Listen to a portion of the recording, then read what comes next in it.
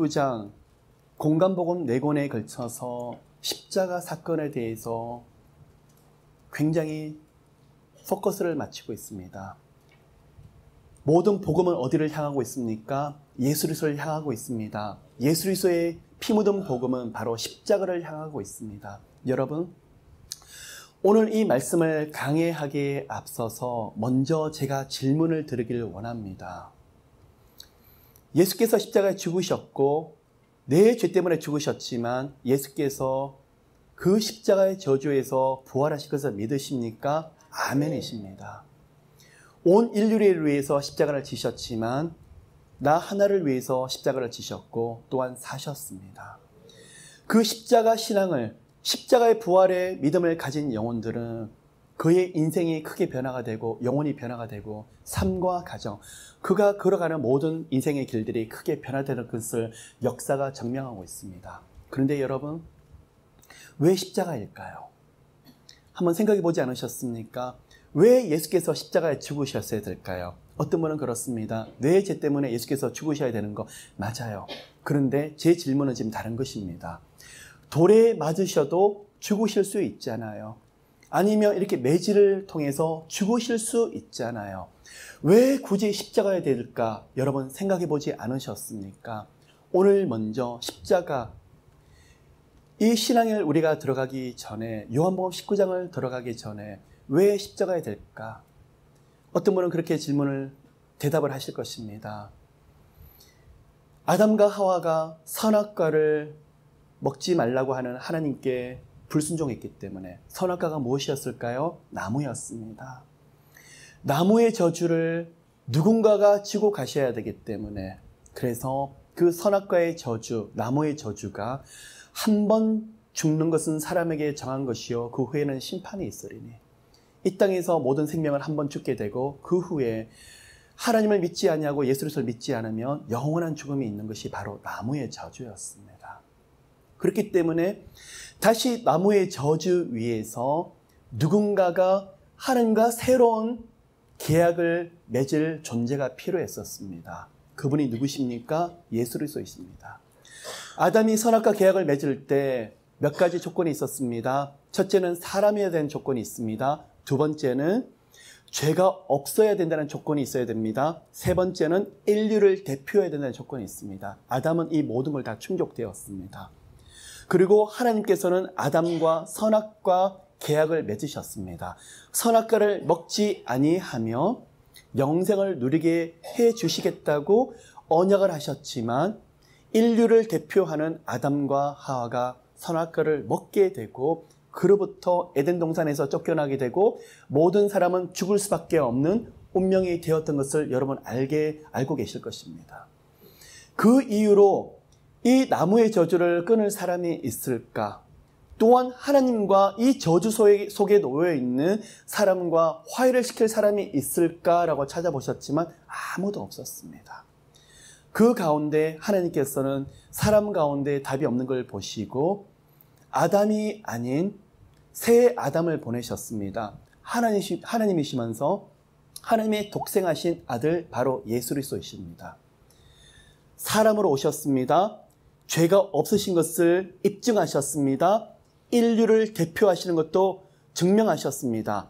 예수께서는, 새 아담이신 예수께서는 한 가지를 더 하셔야 됩니다. 새 아담은 나무의 저주로서 죽으셔야 되지만, 그러나 거기서 살아서 저주를 끊으셨다는 것을 입증하셔야 되는데 어떠한 사람도 하지 못하는데 그 나무의 저주를 끊으신 분이 누구십니까? 부활의 능력으로 다시 일어나신 분이 바로 예수 그리스도이십니다. 그렇기 때문에 그 선악과의 저주가 나무의 저주, 곧 십자가의 저주로 연결되고 있습니다. 두 번째입니다. 왜 십자가일까요? 대제사장들과 종교 지도자들이 십자가에 못 박으소서라고 계속 빌라도 총독에게 와서 요청하고 있는 것으로 우리가 알 수 있습니다. 율법에 의하면요, 신성모독죄를 지은 사람은 돌에 맞아서 죽게 되어 있습니다. 그런데 이 유대인들이 예수 그리스도를 향해서 하는 가장 큰 죄악이 뭐였습니까? 본인이 하나님이며 하나님과 하나이며 하나님의 아들이라고 말하고 있는 예수 그리스도를 향해서 신성모독이라고 말을 하고 있는데, 그렇다 그러면 율법을 따라서 돌로 쳐서 죽이는 것이 맞습니다. 그런데 이들은 엄모를 꾸미면서 돌로 치는 것은 안 된다고 말을 하면서 굳이 십자가라고 말을 하고 있는 것입니다. 왜 그럴까요? 십자가는 로마가 제국을 만들면서 여러 나라를 지배하기 시작하면서 페니키아라는 나라로부터 이 십자가로 사람을 고문을 하고 죽이는 것을 받아들이기 시작했었습니다. 그래서 가장 악질범들 그리고 흉악범들을 십자가에 못 박는 일을 로마에서 또 따라서 시작하기 시작했습니다. 그러면 왜 대제사장이 꼭 십자가에 죽여야 되냐 그러면 근거가 어디 있냐 그러면 신명기 21장 23절에 있습니다. 하나님께서 율법 가운데 말씀을 하시기를 나무에 매달려서 죽은 사람은 하나님께 저주받은 자니라 라고 신명기 21장 23절에서 분명히 말씀하고 계세요. 그러면 대제사장이 예수 그리스도를 돌로 쳐 죽였다, 신성모독으로 죽었다, 어떤 문제가 생기냐 그러면 구약 이후로 참 선지자가 오게 될 것이라는 예언이 있었습니다. 그러면 돌로 죽이는 것은 다 좋은데 그 다음부터는 예수 그리스도를 신격화를 시키든지 아니면 예수 그리스도를 더 높일 수 있는 일이 있기 때문에 대제사장들이 자기 신을 엄모를 꾸미면서 계산을 해보았어요. 아니다. 돌로 쳐 죽이면 신성모독죄로 집어넣을 수는 있지만 우리가 어쩌면 저 예수라는 자를 더 높일 수 있을 것이다. 아니다. 그래서 신성모독으로 죽이는 것이 아니라 어떻게 해요? 하나님께 저주받은 자로 만들어버리자고 하면 신명기 21장을 가지고 예수 그리스도를 십자가에 못 박으라는 근거가 만들어지는 거예요. 예수께서 십자가의 길로 올라가시면서 아무런 변명도 없습니다. 그러면요, 대제사장들과 종교 지도자들은 이들이 외쳤던 게 뭐냐 그러면 바로 나무에 매달린 자, 이가 누구라는 거예요? 하나님께 저주받은 자라는 거예요. 그래서 신성모독뿐만 아니라 과연 예수가 하나님의 아들이라면 과연 나무에 매달릴 수 있겠느냐? 백성들로 하여금 하나님이 아니라는 것을 프루브해야 되겠더라는 거죠. 증명해야 되겠더라는 거죠. 그래서 그들이 인간적인 방법으로 고안했던 것이 뭐냐 그러면 나무에 매달자. 그런데 로마 사람들이 흉악범을 죽일 때 보니까 십자가에 못 박더라.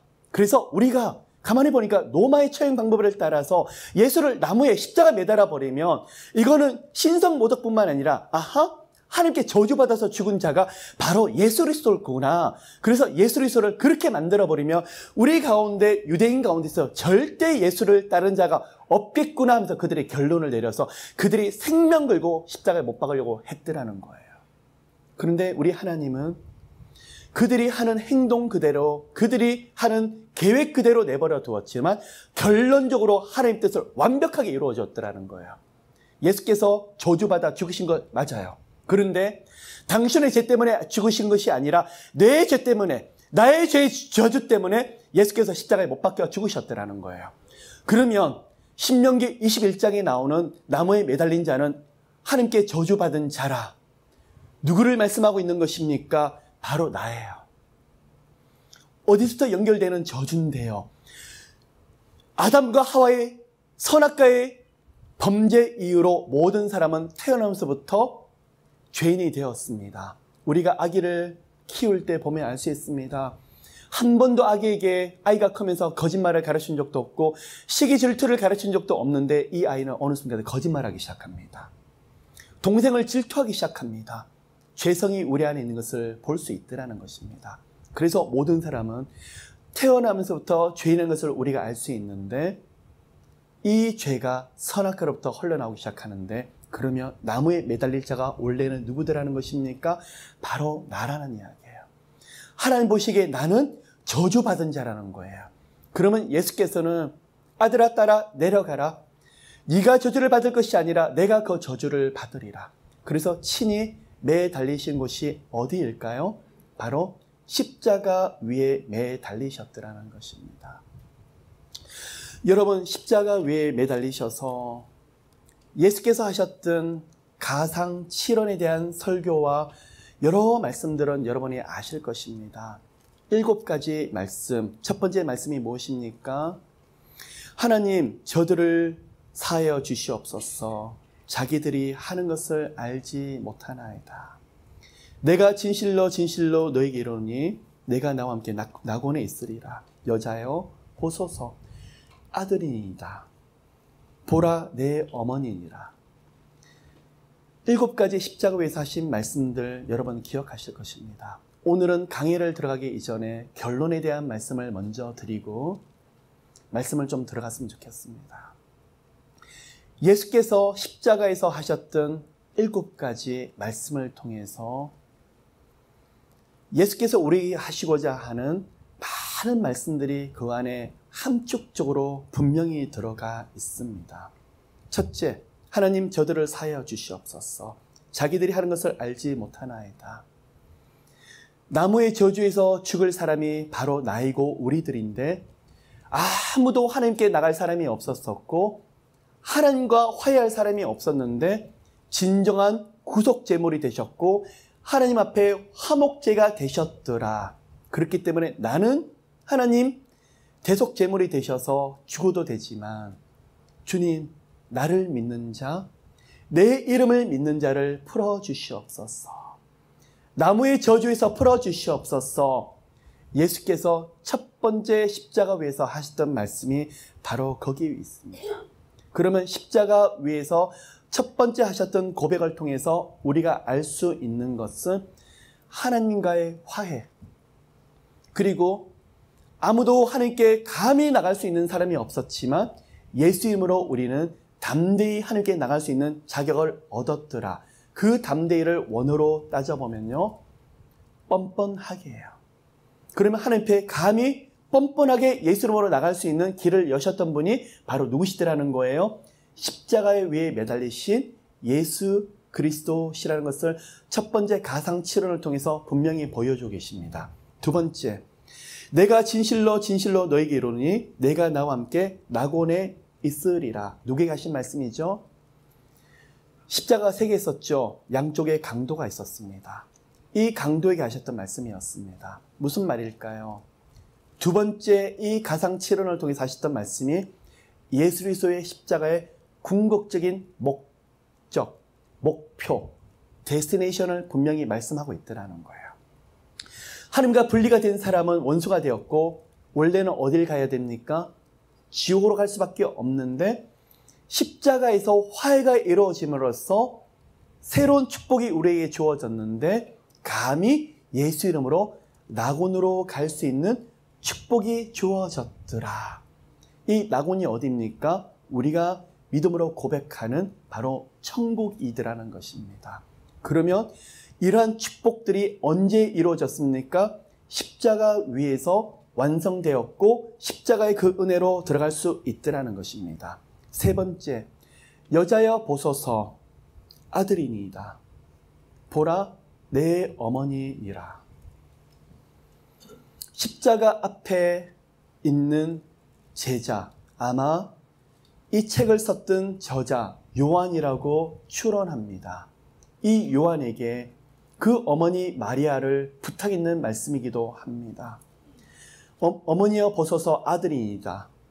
당신을 표현해서 아들이라고 말을 하는지 아니면 마리아 옆에 있는 사도 요한을 가르쳐서 이제는 내가 아니라 이 아들이 어머니 앞에서 아들 노릇을 하게 될 것입니다라는 의미를 주어주는지는 알 수가 없습니다. 그러면 이것을 통해서 단순히 자신의 어머니 마리아를 생각하면서 그 앞에서 연모하는 마음으로 분명히 있을 겁니다. 그러면 무엇일까요?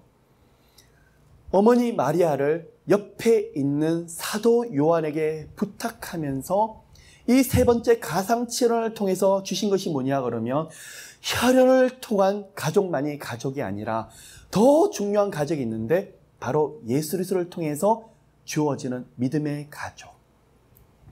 예수 그리스도를 통해서 서로 연결되게 되는 믿음의 지체들, 무슨 말일까요? 바로 교회라는 거예요. 두세 사람이 내 이름으로 모인 그곳에 나도 그들 중에 있느니라.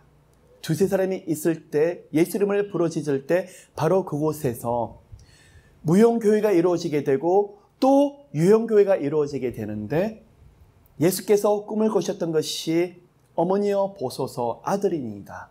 어머니 마리아만 생각한 것이 아니라 바로 교회, 그리고 교회를 꿈꾸면서 말씀하신 게 뭐냐 그러면, 상처받고 고통받는 자들이 서로 가족이 되어지고 서로 아들과 딸이 되어지고 보호하고 서로 요와 로이처럼 주님의 손길로서 보호해주는 그 사랑의 마음이 가득한 것, 바로 어머니여 아들이니이다. 교회에게 보고 싶었던 하나님의 마음이 십자가 위에서 흐르더라는 것입니다. 네 번째, 엘리 엘리 라마 사박다니. 아버지여 아버지여 어찌하여 나를 버리시나이까. 여러분, 이것을 통해서 우리가 가끔 오해할 때가 있습니다. 십자가 위에서 너무나 고통이 크니까, 못에 찔리시고 너무나 많은 피를 흘리시니까 너무 고통스러운 나머지 예수께서 아버지 정말로 나를 버리시나이까, 그 육체의 고통 때문에 그렇게 하나님께 고백하는 것이라고 생각하지만, 여러분, 우리가 분명히 알아야 되는 것이 있습니다. 그 육체의 고통보다도 예수님이 더 무거우셨던 것이 있어요. 무엇일까요? 우리 죄에 대한 고통이에요. 예수께서 십자가에서 순간적으로 지셔야 되는 것이 있어요. 무엇일까요? 인류의 모든 사람이 지었던 죄의 저주예요. 그 죄의 저주를 예수께서 혼자 십자가에 지시면서 차마 감당하기가 너무 힘드셔서, 하나님의 은혜 아니고서는 감당이 너무 힘드셔서 그 앞에서 아버지여 아버지여 어찌하여 나를 버리시나이까. 누가 이 고백을 해야 되는 거죠? 바로 나예요. 바로 여러분들이에요. 그 죄에 대한 저주가 너무나 무거우니까 예수께서 그 고통스러워서 육체보다 더 무거운 것이 바로 죄의 저주더라는 거예요. 그런데 예수께서 이 고백을 하실 때 바로 앞에 보신 것이 있으셨어요. 무엇일까요? 영적인 깊은 원리들을 이 네 번째 말씀을 통해서 예수님이 우리에게 주시는 거예요. 부활의 신앙. 버림받은 것처럼 보이지만 결코 버림받지 아니하고 3일 뒤에 예수께서 부활하실 것을 우리에게 분명히 말씀하시더라는 거예요. 그러면 네 번째, 여러분 때로는 그렇죠. 하나님 어디 계세요? 나를 버리셨습니까? 나를 떠나셨습니까? 예수께서 십자가에서 네 번째 고백하는 것처럼 여러분의 삶 가운데서 너무 힘들 때 그렇게 고백하실 때가 너무 많아요. 그럴 때 예수께서 이 말씀을 통해서 우리에게 보여주신 것이 있어요. 그래, 나도 그렇게 고백을 하고 죄의 저주 때문에 고통 가운데 그렇게 고백했지만 나는 하나님의 능력 가운데, 성령의 능력 가운데 3일 만에 다시 살아났노라. 부활의 능력으로 다시 일어났노라. 아들아 딸아 다시 일어나라. 내가 죽었지만 하나님이 버리신 것처럼 보였지만 다시 일어났노라. 부활의 믿음으로 들어가길 원하노라. 네 번째 영적인 원리예요. 죽은 자 같으나 결코 죽지 아니하고 산 자가 되었다는 것을 네 번째 말씀을 통해서 우리가 배울 수 있더라는 것입니다. 요한복음 19장 28절에서 다섯 번째 하신 말씀이 있죠. 내가 목마르다. 이것을 보면 마치 예수께서 너무나 많은 피를 흘리셨기 때문에, 너무나 많은 물을 쏟으셨기 때문에 육체적으로 목이 마르시더라. 맞는 말씀이에요. 그런데 우리가 분명히 알 수 있는 것이 있어요. 그때 목이 마를 때 신포도주를 해융, 스폰지 같은 걸 해서 예수님의 목을 축여주셨어요. 몇 가지 뜻이 있어요. 목이 마르다. 육체적인 목이 마른 것이 뿐만이 아니라 영적인 갈급함. 여기서 하나님의 은혜를 갈급함. 내 몸이 아픈 것보다도 예수님께서 더 갈급한 것이 무엇이냐 그러면, 지금 내 죄의 저주 때문에, 우리 죄의 저주 때문에 버림받은 것처럼 느껴질 때 예수께서는 목이 마른 것 이상으로 정말 갈급한 게 뭐냐면 하나님의 은혜. 하나님과 하나 되시는 그 은혜를 예수께서는 십자가 위에서 너무나 지금 갈급하셨더라는 거예요. 여러분, 제가 질문합니다. 때로는 비즈니스가 어려운 것처럼 보이고 진로 장래가 막힌 것이 느껴질 수 있는데, 이것 때문에 목이 마른 것이 아니라 정말 고백할 것이 있었는데, 하나님, 이럴수록 더 갈급한 것이 있는데 영혼에 대해서 부어주시는 하나님의 은혜가 더 갈급해요. 하나님 그 은혜 없이는 안 돼요. 그런데 그런 사람만이 끝까지 십자가를 질 수 있더라는 거예요. 내가 목마르다. 이것을 통해서 예수님이 보여주시는 거. 예수님의 십자가를 짊어지시는 사명을 위해서 지금까지 물 한 모금, 심포도 한 모금을 들지 아니하시고 입에 대지 아니하시고 끝까지 사명 완수를 완수하시는 예수 그리스도. 그리고 지금 목이 마르더라. 육체보다도 영혼에 대한 갈증. 하나님, 다른 것보다도 하나님이 옆에 계시면 돼요. 요한은 나의 목자시니 내게 부족함이 없으리로다. 십자가에서 부러지는 예수님의 고백은 첫째도 하나님, 두 번째도 하나님, 내 손을 꼭 붙잡아 주세요. 거기에 대한 목마름이 너무나 크셨더라는 거예요. 그리고 예수께서 목마르다, 사람이신지라, 완전한 하나님이시지만 사람이신지라 너무나 많은 피를 흘리시다 보니까 마지막 말씀을 하셔야 되는데 더 이상 말씀을 하실 기운이 없으시자 목을 좀 축이시는 장면도 있지만, 그러나 그거보다는 영혼에 대한 깊은 갈급함. 그리고 여섯 번째 말씀을 하시죠. 요한복음 19장 30절에서 내가 다 이루었다. 내가 다 이루었다. 예수께서 이 나무의 저주를 에덴 동산에서 흘러나왔던 나무의 저주를 이제는 끊어버리고, 모든 사람이 죄로 인해서 죽을 수밖에 없고 율법의 저주 안에서 이제는 죽을 수밖에 없는 사람이었지만, 예수께서 십자가 위에서 살 길을 제시하셨다. 내가 곧 길이요 진리요 생명이니 나로 말미암지 않고는 아버지께로 올 자가 아무도 없느니라. 예수께서 진정한 길이 되셨더라고 완성시키셨다고 고백하시는 그 모습. 여러분, 예수가 십자가에 못 박히실 때 십자가 위에 예수님의 패를 달아놓으셨습니다. 그 패라는 것은 아이덴티티가 뭐냐는 것입니다. 이름이 뭐냐는 것입니다. 유대인의 왕이라는 것을 달아놓으셨습니다. 바로 이것입니다. 예수께서 십자가에서 이제는 하나님께 갈 수 있는 길, 또한 영원히 살 수 있는 길, 하나님께로 직접 나갈 수 있는 길, 누구 이름으로요? 예수 이름으로. 율법을 도저히 지킬 수 없는 우리들이지만 예수를 믿을 때 율법을 마치 다 지키신 것처럼 우리를 의롭다고 칭해 주시는 그 축복을 완성시키신 분이 어디서요? 예수께서 십자가 위에서 완성하셨더라. 그게 바로 여섯 번째 주시는 다 이루었다는 그 말씀이고, 또 한 가지가 더 있습니다.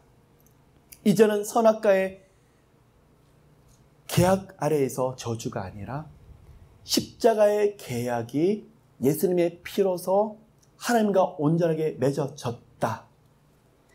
하나님과 계약서가, 새로운 계약서가 이제는 완성이 되었다. 누구 이름으로 사인이 되었습니까? 예수 그리스도 이름으로 그 십자가 계약으로 사인이 완성이 되었고, 믿음으로 예수 그리스도가 내 죄 때문에 죽으셨다는 믿기만 믿으면, 그리고 예수께서 살아계셨다는 부활을 믿기만 믿으면 구원을 얻을 수 있고 하나님의 자녀가 될 수 있다는 그 사인을 하신 분이 누구실까요? 하나님과 바로 예수 그리스도라는 것을 여섯 번째 가상칠언에서 보여주셨더라는 것입니다. 일곱 번째, 아버지, 내 영혼을 아버지 손에 부탁하나이다. 예수께서 운명하시기 전에 마지막으로 하신 말씀입니다. 그러면 이 말씀을 통해서 우리가 알 수 있는 것은 이제 예수께서 운명하시기 전에 바로 직전이구나 라는 걸 알 수 있는데, 또한 이 말씀을 다른 관점에서 보면 아니다. 예수께서는 영생의 시작이었고 영생의 마지막이 되셨다. 운명하시고 내 영혼을 하나님께 부탁하는 것처럼 보이지만 아니다. 끝나는 것이 아니라 예수님은 끊임없이 사신다는 것을 일곱 번째 가상칠언을 통해서 보여주시더라는 거예요. 이 말씀이 우리에게 뭐냐 그러면 알파요 오메가, 시작과 끝이 되신 분이 바로 예수 그리스도시며 영원부터 사셨으며 영원까지 사실 분이 바로 예수 그리스도시라는 것을 보여주고 계시더라는 거예요. 그러면 아버지여, 내 영혼을 부탁하시나이다. 그러면 예수 믿는 사람의 영혼을 책임지실 분이 누구시더라는 것입니까? 바로 하나님이시며 예수 그리스도시라는 것을 보여주고 계세요. 여러분, 유대인들이 저녁마다 하는 기도가 뭔지 아십니까? 7번째 기도예요. 아버지여, 내 영혼을 아버지께 부탁하나이다. 유대인들이 버릇처럼 기도했던 내용들이 바로 이 내용들이었는데, 그들은 예수 그리스도를 없을 때 구원을 얻을 수 있는 길이 없었어요. 그런데 우리는 달라요. 예수 믿는 사람은 이 땅에서도 예수 이름으로 영생을 누리게 되고, 하나님과 예수 그리스도를 알아가는 그 영생을 누릴 뿐만 아니라 또한 천국 갈 수 있는 영생을 누구를 통해서 얻을 수 있습니까? 예수 그리스도를 통해서, 가상칠언을 통해서 십자가 계약이 하나님과 체결되었다.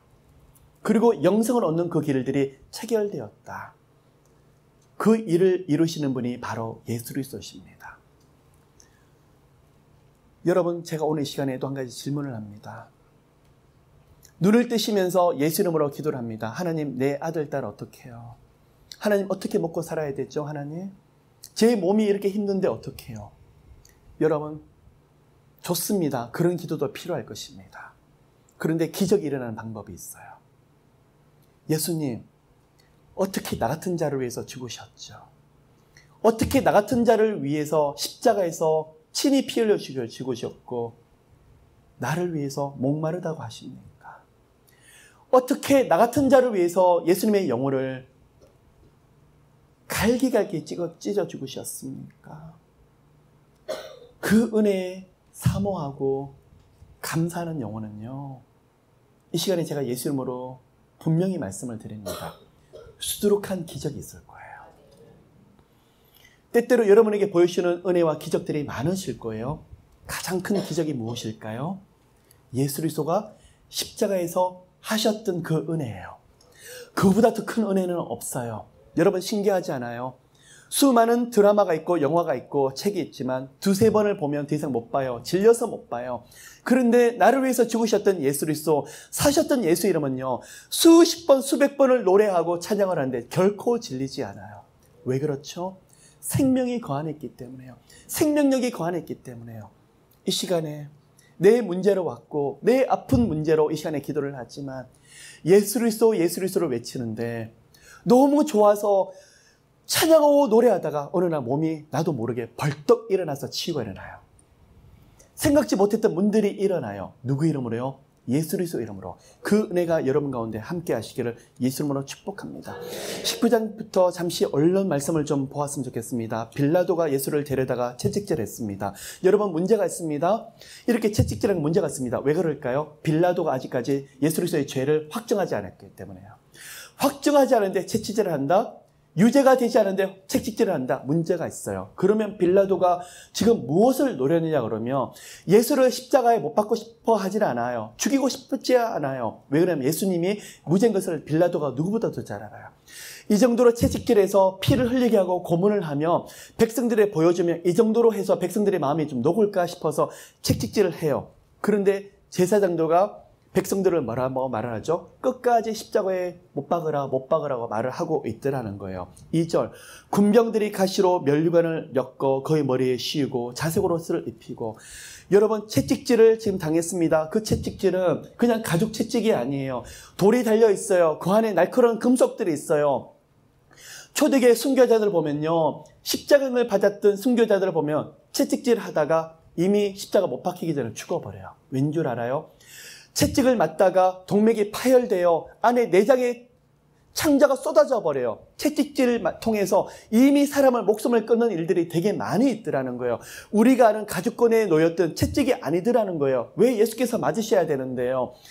요한복음은요, 다른 복음과 좀 다르게 예수님이 십자가에서 받으셨던 그 고통보다도 예수께서는 구속의 제물이 되셨더라. 또 한 가지, 하나님의 말씀이 정확하게 응답되셨더라. 왜 채찍을 맞으셨습니까? 왜 고난을 당하셨습니까?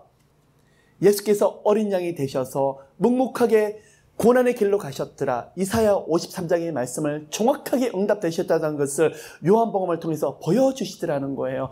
보라, 하나님이 구약에서도 수많은 약속을 하셨는데 예수께서 어린 양이 되셔서 그렇게 응답을 이루어 나가시더라. 하나님의 약속하신 말씀이 예수 그리스도를 통해서 이루어 나가시더라. 예수를 통해서 영생의 길이 있고 구원의 길들이 열렸지만 예수 믿는 너에게는 하나님 말씀에 살아서 운동력이 있으며 그렇게 역사할 것이며 너희들의 인생 또한 예수께서 놀랍게 이루어나갈 것이라는 것을 보여주고 있더라는 거예요.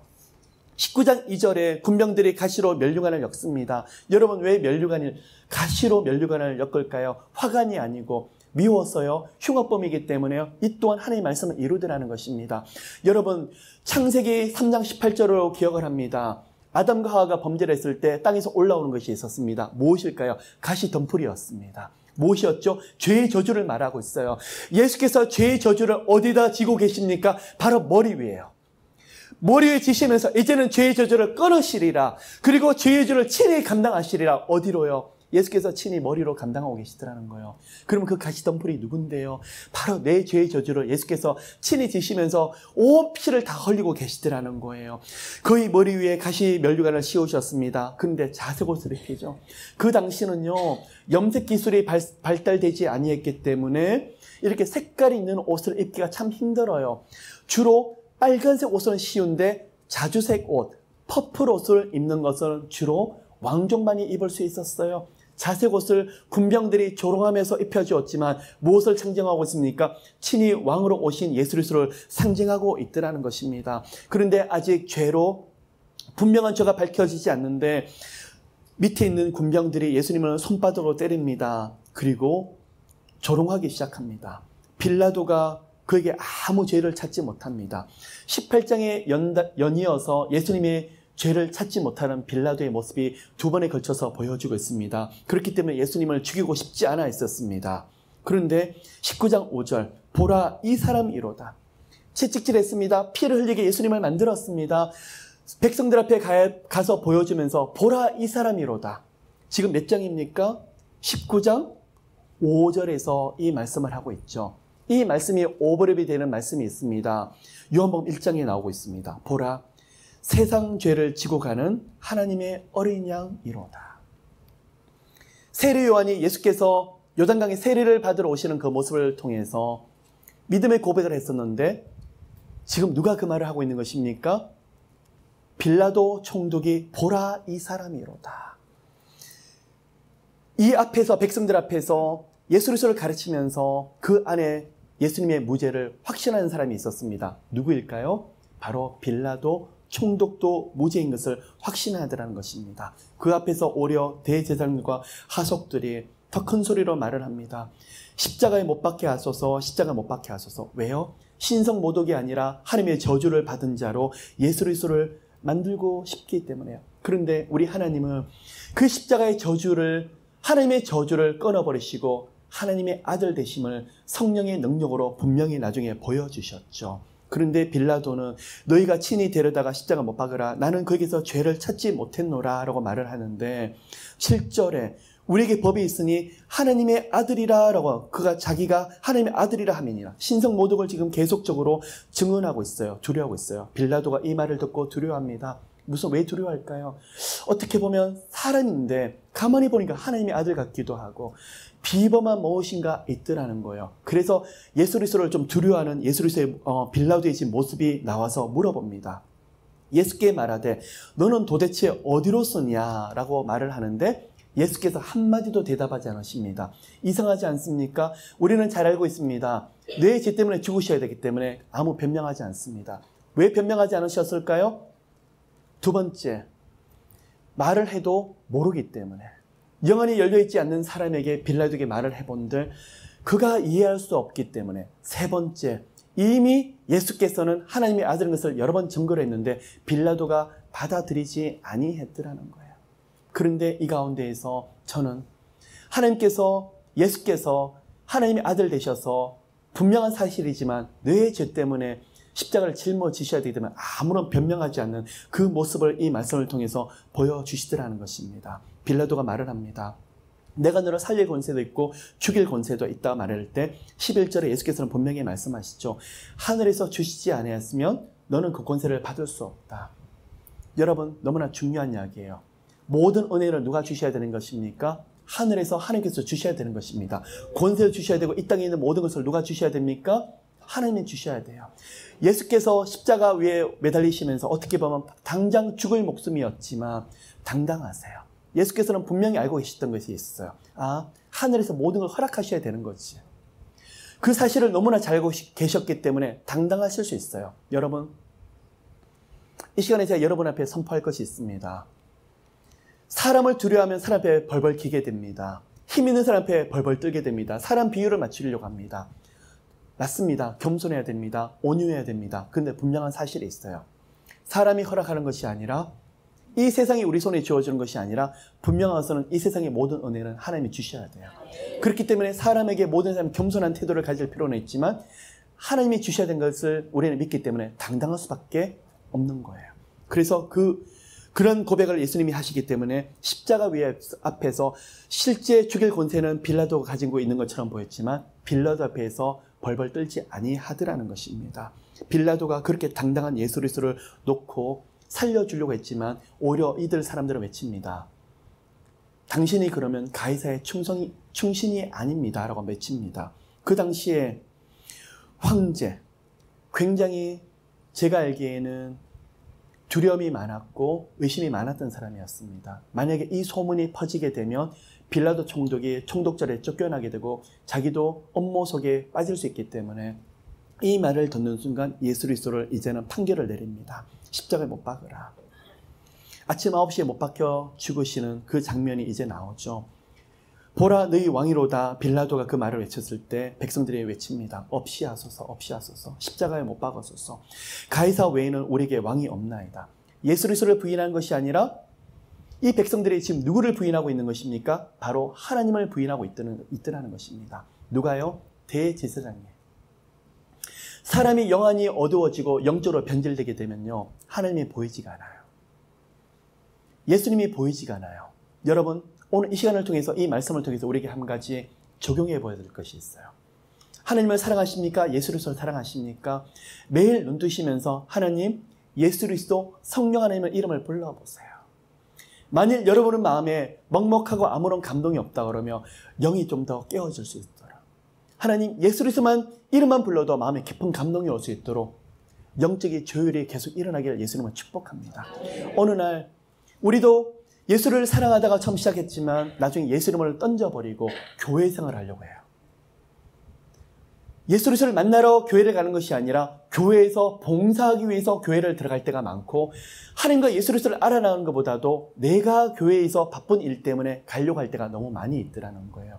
여러분, 하나님과 예수의 이름을 부르짖으면서 깊은 영생을 누리고 깊은 교제, 그 안에 생명력이 충만하신 하나님의 사람이 되시기를 예수 이름으로 축복합니다. 그래서 우리에게 왕이 없나이다가 아니라 예수는 나의 왕, 나의 왕, 나의 노래, 나의 생명, 끊임없이 여러분의 영혼에서 그런 고백이 흘러넘치시기를 예수 이름으로 축복합니다. 예수께서 이제는 십자가를 못 박히셨습니다. 17절, 예수께서 자기의 십자가를 지고 가십니다. 누구의 모습이었습니까? 아브라함이 하나님의 지시한 산으로 갑니다. 모리아 산이었습니다. 그런데 나무 땔감을 누가 지고 갑니까? 이삭이요. 누구의 모습이었습니까? 훗날 예수 그리스도의 바로 모습이었습니다. 아브라함아, 아브라함아, 내 칼을 멈추어라. 네가 네 아들 독생자를 아끼지 아니하고 내게 바치려고 하니 네가 나를 이제야 경외하는 것을 알았노라. 하나님은 그러세요. 아브라함아, 너 아들 이삭이 아니라 보라, 뒤를 돌아보라. 수양이 예비되었습니다. 여호와 이레였습니다. 진정한 수양이 누구입니까? 아브라함아, 너 아들 이삭이 아니라 내 아들 이삭 예수를 바칠 거야. 바로 모리아산에서 아브라함이 주셨던 여호와 이레 언약이 바로 그거였고, 십자가에서 지금 그것이 이루어지고 있습니다. 예수께서 친히 자신의 십자가를 지고 가고 계시죠. 바로 독생자 이삭의 바로 모습이더라는 것입니다. 19절, 빌라도가 패를 썼습니다. 나사렛 예수 우리의 왕이라. 맞습니다. 그런데 이 말이 히브리어 그리고 로마 헬라 말로 기록되었습니다. 무슨 말일까요? 요한은 이것을 지금 집중적으로 우리에게 보여주고 있습니다. 예수께서 십자가에 죽으셨지만 앞으로는 유대인의 왕뿐만 아니라 앞으로 헬라, 로마, 이방인에게까지 흘러넘쳐서 예수께서 나의 구주, 우리의 구주가 되실 것을 분명히 보여주고 계시더라는 것입니다. 거기서 예수님의 옷을 서로 제비를 뽑습니다. 그런데 찢지 아니합니다. 시편 22편의 말씀을 그대로 이루었습니다. 그리고 28절부터 30절, 아까 가상 7원의 말씀, 내가 목마르다 다 이루었다. 그리고 그 말씀도 아까 전했습니다. 그런데 이날이 6월절, 그리고 어린 양의 피를 문설주에 바르는 성검률이 되었고 6월절이 끝이 나면서 무교절이 시작됩니다. 굉장히 큰 축제였습니다. 무교절을 앞두고 있으면서 시체를 나무에 매달아 둘 수 없었습니다. 그래서 빨리 죽여야만 됐었습니다. 두 강도를 다리를 꺾어서 죽였습니다. 근데 예수 그리스도를 다리를 꺾으려고 보니까 이미 운명하셨습니다. 창으로 옆구리를 찔렀습니다. 물과 피가 쏟아져 나옵니다. 이게 뭘 의미할까요? 성경 말씀을 그대로 이루어지고 있습니다. 시편 34편에 있는 말씀을 이루어지고 있습니다. 그러면 물과 피, 이것을 통해서 온 인류를 덮을 것이다. 온 인류에게 그 은혜가 흘러 들어가게 하실 것이라는 말씀을 하고 계시더라는 것입니다. 19장을 보면요, 빌라도 총독, 대제사장, 그리고 로마 군병들, 하나님을 따르지 않고 하나님을 거역하는 백성들의 이 세 부류를 통해서 보여주고 있습니다. 근데 예수 그리스도 앞에는 예수님의 제자, 그리고 예수님을 따르는 여인들, 예수님의 어머니 마리아, 그리고 이모인 살로메가 나오고 있습니다. 또 하나는 어떤 부류의 사람들이 나오냐 그러면 38절부터 42절에 나오는 아리마대 사람, 그리고 니고데모가 지금 나오고 있습니다. 앞에 제자들과 여인들, 예수님을 늘 함께 했던 사람들이었지만 이 아리마대 사람과 니고데모는 유대인의 공회원이었습니다. 부자였습니다. 높은 위치에 있는 사람이었습니다. 사람의 체면을 더 중요시 여겼던 사람이었습니다. 니고데모, 일찍이 요한복음 3장에 보면 밤에 몰래 나왔습니다. 부끄러워서 사람들 체면 때문에 몰래 나왔지만 예수께서 주시는 말씀, 거듭남에 대한 말씀을 들었습니다. 하나님이 세상을 이처럼 사랑하사 독생자를 주셨나니 이는 저마다 저를 믿는 자마다 멸망치 않고 영생을 얻게 하려 하십니다. 영생 없는 말씀을 듣고 니고데모가 밤에 몰래 나왔지만 변했습니다. 대낮에 나옵니다. 빌라도 앞에 나왔습니다. 대제사장 앞에 나왔습니다. 아리마대 요셉에 대한 그 앞에 대한 말씀은 없지만 예수를 만났던 제자인 것이 분명합니다. 무슨 말일까요? 체면보다도 명예보다도 예수 그리스도의 죽음 앞에서 그들이 자신에 대해서 정체를 드러내면서 예수 그리스도 장례를 자기들이 담당하게 해달라. 제자들 못했습니다. 그 어머니도 못했습니다. 그 어느 누구도 못하는데 이 아리마대 사람 요셉과 니고데모가 지금 하고 있습니다. 왜 그럴까요? 영생을 누리는 복을 누렸기 때문에. 예수님의 공생을 유심히 보았을 것입니다. 그 앞에서 예수만이 진정한 구세주, 하나님의 아들인 것을 경험하게 되면서 그 안에 담담이 들어갔습니다. 사람이 아니라 하나님. 하나님의 아들 예수를 대한 믿음이 들어가기 시작하니까 사람 체면, 명예가 전혀 소용이 없어지게 되었습니다. 그 앞에 아리마대 사람이 와서 장례를 위해서 예수님의 시체를 담대하게 외치기 시작했습니다. 달라. 그리고 니고데모가 밤에 몰래 나왔지만 대낮에 나오기 시작합니다. 몰약과 침량 섞은 것을 100건쯤 가지고 왔습니다. 오늘날 무게로 따지면 35kg 됩니다. 한 사람의 장례식을 예비하기에는 너무나 많은 무게입니다. 주로 누구의 장례를 예비한 줄 압니까? 왕입니다. 니고데모가 보았을 때 예수 그리스도에 대해서 연구하고 쫓아가면서 예수님의 말씀을 연구를 하면서 아하, 정말 왕이시구나. 니고데모가 믿음의 고백을 하고 있더라는 것입니다. 여러분, 이제 말씀을 마무리하길 원합니다. 제자들이 예수님의 3년간 공생애를 따라다니면서 수많은 기적을 경험했지만 진정한 영생을 누리지 못했습니다. 기적을 바라보면서 지저스 슈퍼스타, 가는 곳마다 예수님을 환호하고 영화롭게 해주는 그 모습을 보면서 그것이 좋아서 예수님을 따랐던 제자였습니다. 그런데 이 아리마대 사람 요셉과 니고데모는 달랐습니다. 비록 예수님과 늘 함께하지 못했지만 깨닫는 것이 있었습니다. 영생에 대한 말씀이었습니다. 예수 그리스도의 입술에 닿은 말씀을 연구하면서 자기 거리 세웠습니다.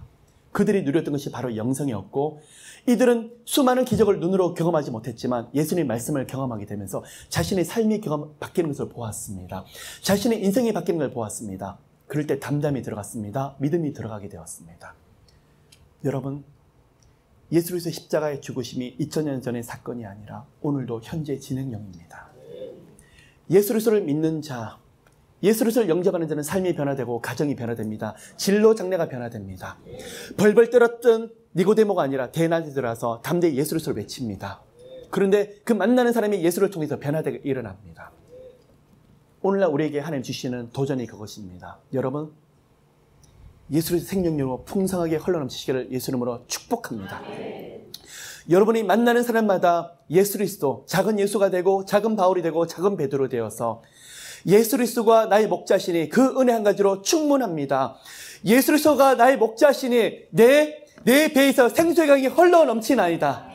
그런 고백이 여러분에 흘러넘칠 뿐만 아니라 여러분 많은 사람들이 흘러넘치시기를. 많은 문제들이 있습니다. 예수께서 케어하실 것입니다. 왜요? 목자시니까. 많은 어려움들이 있습니다. 예수께서 책임지실 것입니다. 목자시니까. 우리 안에서 오늘 예수 이름을 많이 고백하는 가운데 여러분, 기적이 따라오더라. 몸은 자동으로 치유되더라. 많은 일들이 열려지더라. 당연하죠. 예수 이름이 기적의 이름인데요. 예수 이름이 능력의 이름인데요. 저는 믿습니다. 여러분 가는 곳곳마다 가정 예수 이름 선포하세요. 자녀들이 아픕니까? 예수 이름 선포하세요. 나을 것입니다.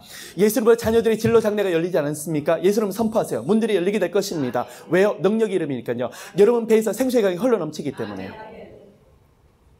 그런 축복들이 여러분 가운데 함께 하시기를. 사랑의 주님, 그 어디를 가도 예수 그리스도, 예수의 이름을 누리고 예수 이름을 선포하고 예수 이름을 믿는 저희들이 되길 원합니다. 하나님 축복합니다. 놀라운 역사와 기적이 저희들 삶 가운데 일어나게 좀 도와주시옵시고. 주님, 나 때문에 죽으셨던 예수 그리스도, 주님, 나도 우리도 예수님과 십자가 못 박혀 죽었지만 살아났습니다. 그 부활의 능력이 삶 가운데 인생 가운데 크게 펼쳐짐 도와주시옵시고, 많은 영혼들이 우리가 믿는 예수를 바라보면서 나도 당신처럼 예수 믿고 싶어, 나도 당신처럼 예수 믿어서 변화되고 싶어 하는 그런 고백들이 저희들 통해서 가득가득 흘러넘치게 도와주시옵소서. 축복합니다. 감사드리며 이 모든 말씀 살아계신 예수 그리스도의 이름으로 기도를 드립니다.